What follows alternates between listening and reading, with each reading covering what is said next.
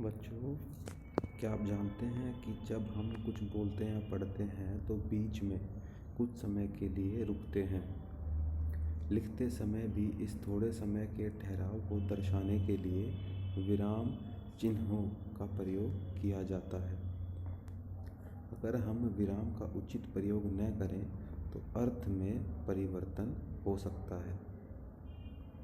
उदाहरण के लिए इन दोनों वाक्यों को पढ़िए। पढ़ो मत लिखो, पढ़ो मत लिखो। क्या आपने देखा कि एक छोटे से विराम चिन्ह की वजह से दोनों वाक्यों के अर्थ में कितना परिवर्तन आ गया? बच्चों, पहले वाक्य में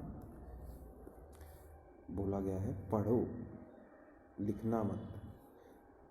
दूसरे वाक्य में क्या अर्थ निकलता है बच्चों? पढ़ो मत लिखो। पढ़ना नहीं है, लिखना है।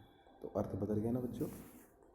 जो चिन्ह बोलते या पढ़ते समय रुकने का संकेत देते हैं उन्हें विराम चिन्ह कहते हैं।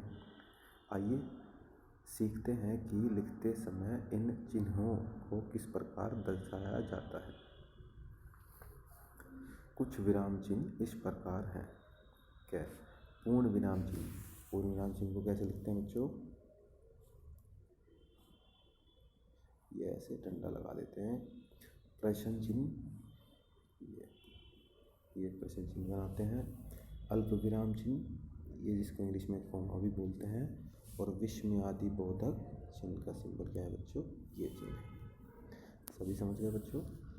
अब इनका प्रयोग देखते हैं कहाँ कहाँ पर हम करते हैं। पूर्ण विराम चिन्ह का प्रयोग पूरा वाक्य पूरा होने पर उसके अंत में किया जाता है। जैसे सांप रेंगता हुआ झाड़ी में चला गया। प्रश्नवाचक चिन्ह का प्रयोग प्रश्न पूछते या लिखते समय वाक्य के अंत में किया जाता है। जैसे क्या तुमने कभी बर देखा है? अल्प विराम चिन्ह का प्रयोग वाक्य में थोड़ी देर के लिए रुकने के लिए किया जाता है। इसमें पूर्ण विराम से कम विराम दिया जाता है। जैसे सांप, घेंगा और कछुआ तैरने वाले जीव। विस्मयादि बोधक चिन्ह का प्रयोग दुख, आश्चर्य, खुशी, घृणा आदि भावों को प्रकट करने के लिए किया जाता है। जैसे नानी चीख उठी, सांप। प्रश्न 1। आइए बच्चों, ऊपर आधारित कुछ प्रश्न हम देखते हैं। पाठ की इन पंक्तियों को बोलकर पढ़िए और खाली जगह पर उपयुक्त विराम चिन्ह, विस्मयादि बोधक चिन्ह, प्रश्नवाचक चिन्ह या पूर्ण विराम चिन्ह लगाइए।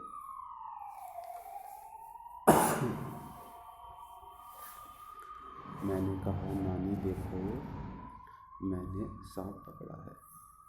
नानी चीख उठी, सांप। अब देख रहे हो बच्चों, अब पूरा वाक्य पढ़ेंगे और जहाँ पर खाली कुछ स्थान दिख रहा है वहाँ पर इन तीनों चिन्हों में से एक चिन्ह आएगा, वो आपको लगाना है। प्रश्न 2।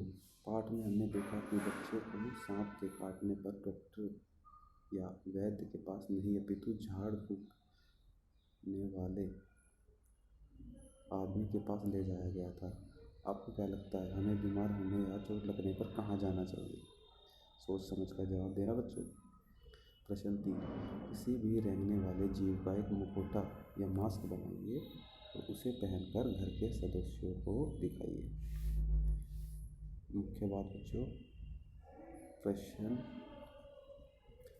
के साथ साथ हमें अपनी कार्य पुस्तिका के पृष्ठ 125 को भी करना है।